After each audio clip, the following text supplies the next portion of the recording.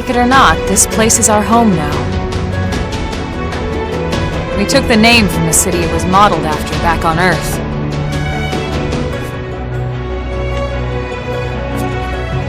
We call it New Los Angeles. Welcome to NLA.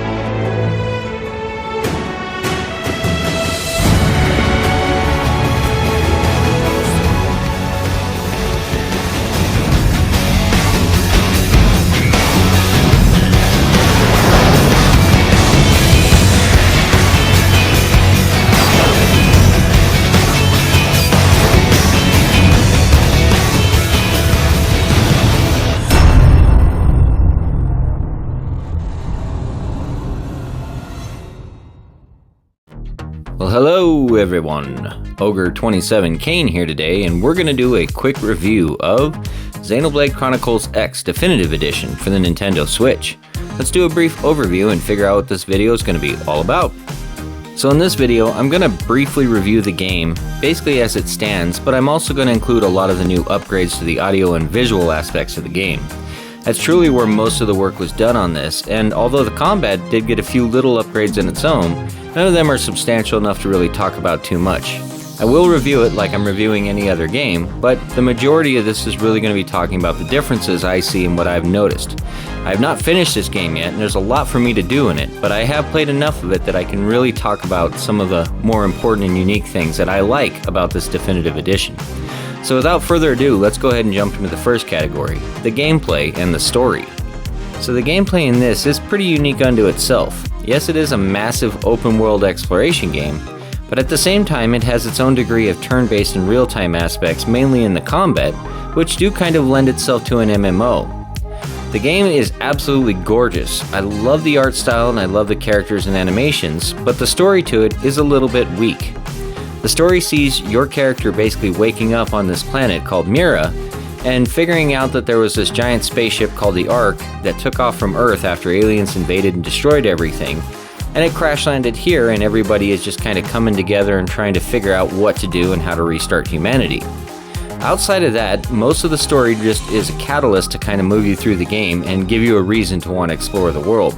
It does have some unique twists and turns and some really fun aspects to it, but it's not like any other Xenoblade game, and you're really not going to depend too heavily on that story.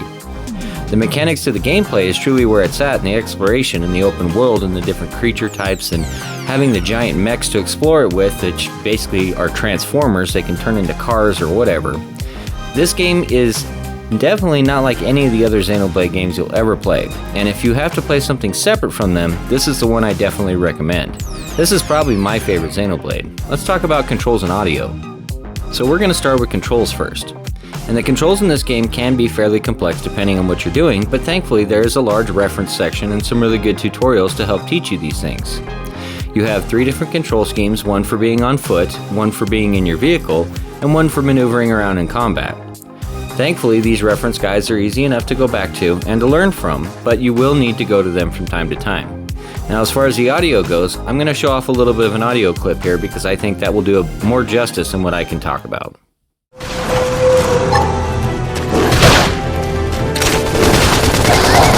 No resting. Step in and face the next one.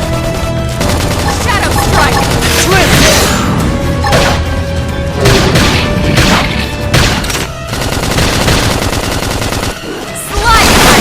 Move in and do some damage!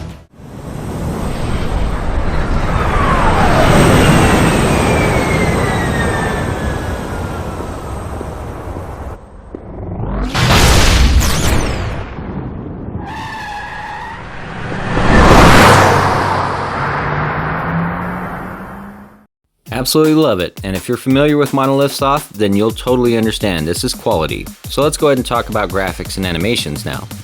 So this category is truly where this Definitive Edition shines. This is where they put most of the work into it, and it does show. If you're familiar with the Wii U versions, then you'll understand things like the horrible draw distance and the pop-in issues that existed on that, and all the different lighting things that were a little bit off.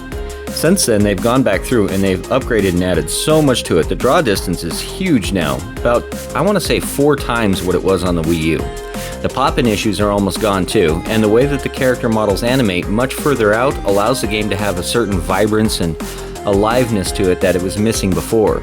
It doesn't just look like a big open landscape now, you can actually see the monsters and things that are going on out in the world. I absolutely love this aspect and it truly makes it worth going back and playing. So let's hit combat now. So at its core, the combat in this game is still similar to what it was on the Wii U one, only now they've upgraded and retooled the skill and class sets to allow you to much more personalize each unit and how you integrate them into your combat scheme. Before, each one basically had their presets and you just utilized them where you were trying to achieve certain goals. Now you can actually customize them through different skills and retool them to fit into different schemes to utilize the same party if you want, or to upgrade and enhance a character that previously was a little bit dull. The game, as you can tell, has a taskbar here at the bottom that allows you to select between your skills, but as you upgrade and change those classes, you can reintegrate those skills in different patterns and forms. This is really useful because it allows you to take on much more difficult enemies earlier on in the game, and it allows you to strategize better in your pattern and how you're going to use these unique skills. Let's do conclusion now. So in conclusion, this is by far and away the most definitive edition you could possibly play this. The upgrades and enhancements over the Wii U version almost make it a new game, but much more importantly, a much better version of that game. Having all the graphical overhaul, all the combat overhaul, and everything else to it really does add a lot to it.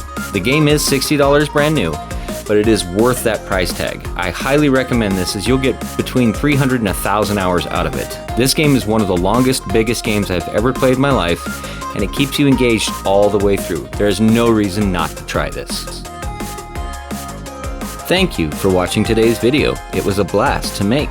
I upload every single Monday. If you enjoyed this, please like and subscribe, and have yourself a great rest of your day. This is Ogre27 Kane, signing out.